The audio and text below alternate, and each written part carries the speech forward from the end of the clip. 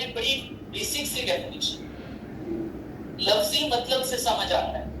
Homeo का मतलब होता है, ये लफ्ज होम से निकला, होम्यो भी इंटरनल। स्टेडी का मतलब क्या होता है?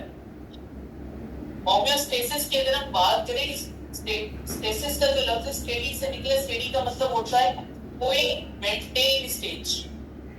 तो होम्योस्टेसिस का मतलब क्या है? लफ्जी मतलब से हमें पता चलता है एक ऐसा प्रोसेस जिसमें बॉडी अंदर के एनवायरनमेंट को मेंटेन करे किसी खास जगह पर, इसे हम क्या नाम देते हैं? Homeostasis, maintenance of internal environment of body. अब ये होम्योस्टेसिस के कितने एस्पेक्ट्स हैं, कितने तरीकों से होम्योस्टेसिस को मेंटेन किया जाता है? 3 तरीके हैं। वो 3 तरीके कौन कौन से बेटा हमारे पास?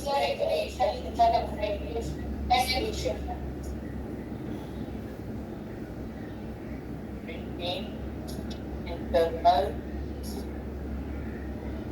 बॉडी एनवायरनमेंट्स, और 3 तरीके हैं हमारे पास। नंबर 1 is thermoregulation,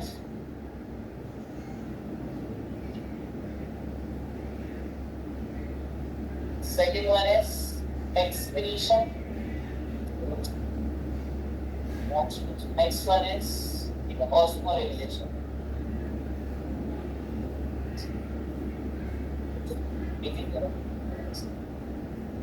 अच्छा बेटे, जो ऑस्मोरेगुलेशन है, तो इसके 3 एस्पेक्ट्स हैं हमारे पास, इन्हें तो हमने डिटेल में पढ़ना है, लेकिन ये जो इनको मेंटेन करने का एक पूरा प्रोसेस है, जो इनको चेक करता है कि आखिर कब होम्योस्टेसिस को थर्मोरेगुलेशन की जरूरत है, टेम्परेचर कम करना है, ज्यादा करना है।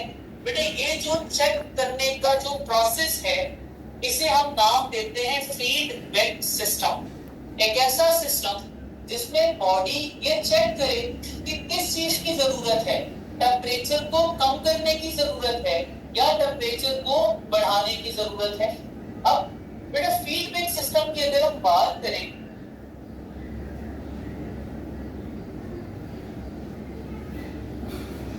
तो फीडबैक सिस्टम में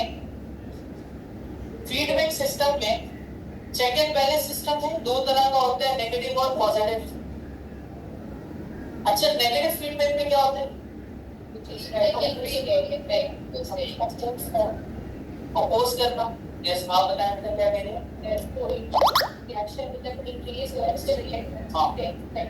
ठीक है, वेरी गुड। अच्छा, और मुझे ये बताएं पॉजिटिव फीडबैक क्या है?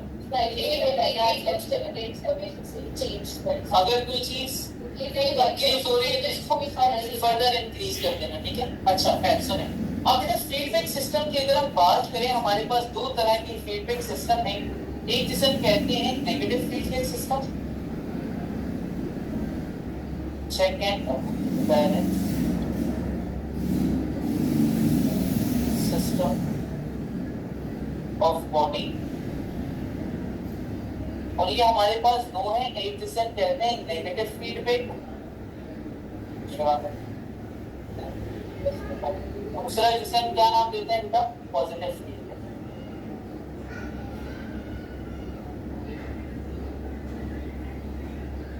ये एफबी फेसबुक नहीं है, फीडबैक, ठीक है। अच्छा बेटा, जैसे आप सब जानते हैं नेगेटिव फीडबैक में क्या होगा, जो सप्लाई है उसके ऑपोजिट काम किया जाएगा। अब इसकी कुछ एग्जांपल्स हमें पता होनी चाहिए। जैसे इसकी एक एग्जांपल है बेटा, क्या? Mechanism of insulin. जब भी कभी हम खाना खाते हैं तो हमारी बॉडी का जो शुगर लेवल है वो हाई हो जाता है जानती, और उस हाई लेवल को जैसे ही बॉडी रिकॉग्नाइज करती है तो फिर फौरन से बॉडी क्या रिलीज करना शुरू करती है बेटा? इंसुलिन। और ये इंसुलिन क्या करना शुरू कर देता है? शुगर लेवल को कैसे कम करता है ये बताएं? कैसे? ठीक है, ग्लाइकोजन में कन्वर्ट करने से क्या होता है वैसे? नहीं, ग्लूकोज को ग्लाइकोजन में कन्वर्ट किया, उससे क्या होगा? ग्लूकोज अभी भी है तो ग्लूकोज ना, शुगर लेवल कैसे कम होगा? मतलब आप कह रही है ब्लड से निकाल कर लीवर में हमने डाल दिया इस वजह से, ठीक है। अच्छा सुने, बेटा नेगेटिव फीडबैक में अगर हम बात करें तो हमने ये बात डिस्कस की कि यहाँ पर हम कह सकते हैं वर्किंग मैकेनिज्म ऑफ, या हम कह सकते हैं वर्क अगेंस्ट।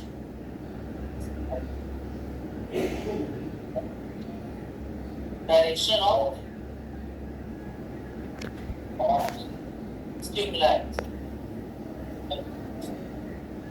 अगर स्टिमुलाई की डायरेक्शन में हो बेटा तो उसे हम कह रहे हैं नेगेटिव फीडबैक। और इसकी एग्जांपल में हमारे पास क्या है बेटा? एग्जांपल में हमारे पास है अगर हमारा ब्लड शुगर लेवल या ब्लड ग्लूकोज लेवल ज्यादा हो जाए तो फिर क्या होता है बेटा? लीवर के अंदर एक हार्मोन है जिसका नाम है इंसुलिन, जो क्या करता है ब्लड शुगर लेवल को या ब्लड ग्लूकोज लेवल को दोबारा से डिक्रीज करके मेंटेन करके। अच्छा, ये करता कैसे है? अब होता है क्या, जरा सुनिएगा बेटा। आप जानते हैं ग्लूकोज एक मोनोसैकेराइड है ना। अब देखें क्या होगा। सपोज कर लें कि ये आपके पास है मौजूद ब्लड वेसल, ठीक है। ब्लड वेसल कहां पर है? ये लीवर की है, ठीक है। हेपाटिक कैपिलरीज की हम बात कर रहे हैं, ठीक है। अब ब्लड का शुगर हो गया ज्यादा। क्यों ज्यादा है बेटा? क्योंकि वहां पर बहुत सारे क्या चीज आ गए बेटा? ग्लूकोज। अभी ब्लड ग्लूकोज लेवल इस वक्त क्या है? बहुत ज्यादा है। अच्छा, अगर ब्लड ग्लूकोज ज्यादा हो तो क्यों, इससे क्या नुकसान? रहने दो सारा, डायबिटीज हो सकती है, और फिर डायबिटीज से बहुत सारी कॉम्प्लिकेशंस हो। जैसे फॉर एग्जांपल बेटा अगर हम बात करें, अगर हाई ब्लड शुगर लेवल हो तो उससे क्या क्या हो सकता है बेटा? शुगर जो है ये क्या करता है, जहां पर भी सोल्यूट ज्यादा होगा वो वाटर अट्रैक्ट करता है। इस तरह अगर ब्लड के अंदर आपका शुगर ज्यादा होगा तो वो अट्रैक्ट करेगा वाटर को, जिसकी वजह से आपके ब्लड में वाटर का प्रेशर बढ़ेगा। इन शॉर्ट चांसेस हैं कि ब्लड शुगर लेवल की वजह से ब्लड प्रेशर भी बढ़ जाए, और अगर ब्लड प्रेशर बढ़ गया तो आप जानते हैं आपकी बॉडी रिस्क पर है। हो सकता है कि अगर ये ब्लड प्रेशर कैरोटिड आर्टरी का इंक्रीज हो जाए तो क्या हो सकता है?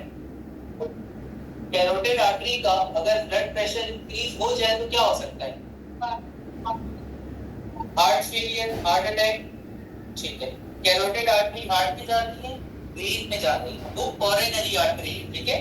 अगर कोरोनरी आर्टरी में कोई प्रॉब्लम हो, ये याद रखिएगा बात, कोरोनरी आर्टरी में अगर कोई प्रॉब्लम हो तो वो फौरन किसको नुकसान देगा बेटा? हार्ट को, जिसकी वजह से हार्ट अटैक हो जाएगा, मायोकार्डियल इंफार्क्शन जिसको हम कहते हैं। और अगर कैरोटिड आर्टरी में प्रॉब्लम आ गया, ब्रेन की आर्टरी में प्रॉब्लम आ गया तो क्या हो सकता है? ब्रेन स्ट्रोक, ठीक है, हेमरेज हो सकता है, ठीक है।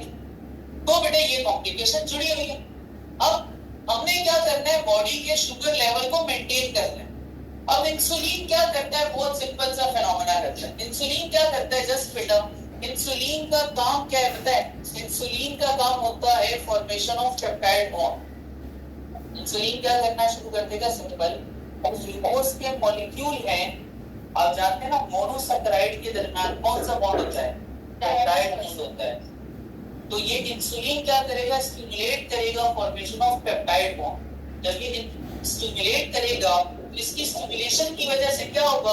ये जो आपके पास ग्लूकोज है, ये ग्लूकोज अब आपस में जुड़ना शुरू हो जाएंगे। देखिए पेप्टाइड बॉन्ड बनते जा रहे हैं, ग्लूकोज आपस में क्या होते जा रहे हैं? जुड़ते जा रहे हैं। अब जब ग्लूकोज आपस में जुड़ते जाएंगे बेटा, ग्लूकोज आपस में जुड़ते जाएंगे तो ये क्या बन जाएगा? एक अदर एक, मैंने ऐसी एक रैंडम शेप बना दी है, पॉलीसैकेराइड, आप सब जानते हैं। और ये जो पॉलीसैकेराइड बना है बेटा, ये जो पॉलीसैकेराइड बना है, फिर इसे क्या कर दिया जाएगा? मसल में स्टोर कर दिया जाएगा। और ये जो पॉलीसैकेराइड है आप सब जानते हैं बेटा, पॉलीसैकेराइड कैसे होते हैं? पॉलीसैकेराइड कैसे होते हैं? टेस्टलेस। पॉलीसैकेराइड कैसे होते हैं? टेस्टलेस होते हैं। अब क्या हुआ? ग्लूकोज सारा आपने इंसुलिन में किसमें कन्वर्ट कर दिया? ग्लाइकोजन में कन्वर्ट कर दिया, जिसकी वजह से जो शुगर का लेवल ग्लूकोज की वजह से हाई था वो दोबारा क्या होना शुरू हो जाएगा? लो होकर मेंटेन हो जाएगा। क्या ये बात क्लियर हुई या नहीं? ठीक है।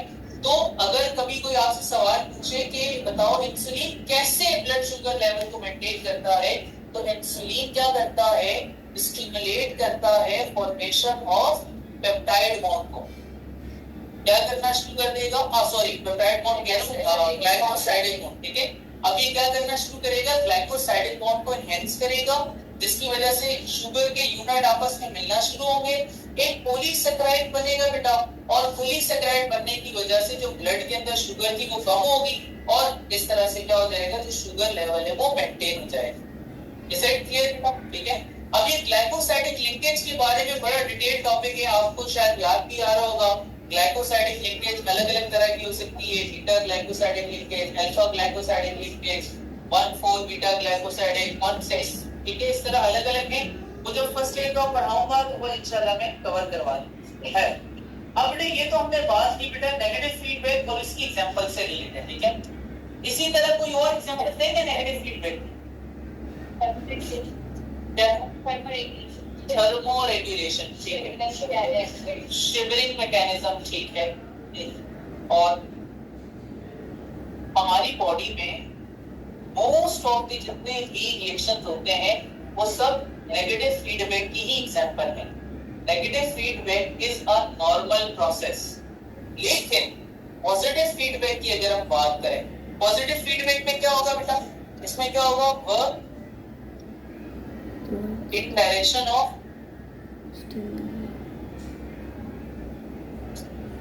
स्टिमुलाई, ठीक है। इसमें क्या होगा बेटा, जो डायरेक्शन है वो टुवर्ड्स द स्टिमुलाई हो।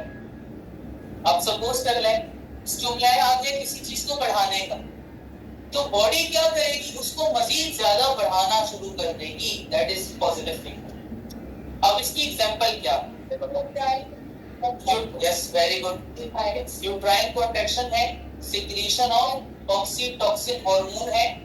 ऑक्सीटोसिन क्या करता है ड्यूरिंग लेबर, ऑक्सीटोसिन क्या करेगा, पहले से ही सिक्रीट हो रहा होता है और ब्रेन उसको और ज्यादा सिक्रीट करवाता है ताकि यूट्राइन कॉन्ट्रैक्शन को और ज्यादा पावरफुल बना सके।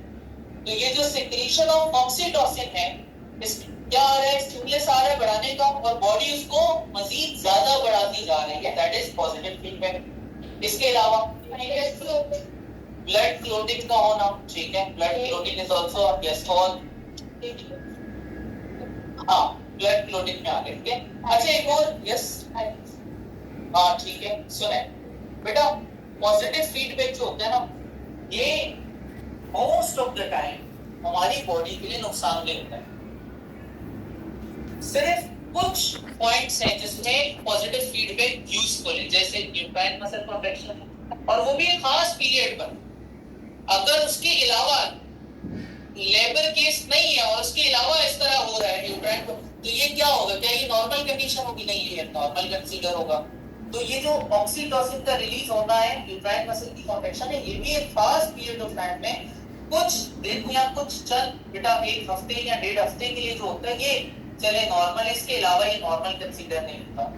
इसके अलावा बेटा अगर हम बात करें बिल्कुल इसी तरह बेटा एक एग्जांपल और है बेटा, स्वेटिंग का होना। अब सपोज कर ले आपकी बॉडी में स्वेटिंग हो रही है गर्मियों में, मुझे एक बात बताएं, क्या वो स्वेटिंग कम होती है या ज्यादा होती है? ज्यादा ही होती है ना। आप अगर फॉर एग्जांपल कहीं बाहर चलते हुए जा रहे हैं, गर्मी है, सूरज की धूप है, आपको स्वेटिंग हो रही होगी, ये ज्यादा ही होती जाएगी, कम नहीं है, और ये बॉडी के लिए बहुत बड़ा बेटा अगर हम बात करेंगे नुकसानदेह, कैसे नुकसानदेह, अगर कंटिन्यूअस स्वेटिंग होती रही तो क्या होगा, डिहाइड्रेशन, है ना।